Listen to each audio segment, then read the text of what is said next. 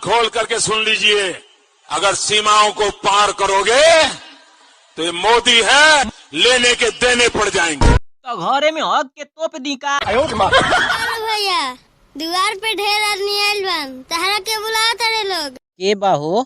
हम wave news channel से आए हैं और आपके गांव में जो ये आपके आसपास जो घटना घटी है उसके बारे में आपके क्या विचार हैं? क्या आप कुछ बताना चाहेंगे इस बारे में? तो देखी सुनी, अच्छा भल के 2-4 गो मरता न स, ना तो दारू पी के आके रोज अपना में हरारू के मारत रहना हसन। लाल बादशाह, तुम्हारा खेल खत्म हो गया है। मैं अरेस्ट वारंट लेकर आया हूँ।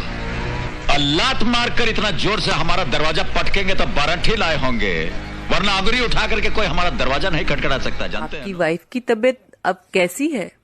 अभी तो ठीक है डॉक्टर साहब, सुबह तो रामदेव बाबा के पास फोन की थी। बड़ा रोए हैं हम आप, रुलाने का नहीं। सुनो, जहाँ मरते हो वहीं मरो, इधर आने का नहीं। अच्छा भल की तू कोई देली कि इधर आने का नहीं। हाँ तो सुन, तोरा से बढ़िया माल खोजले बानी।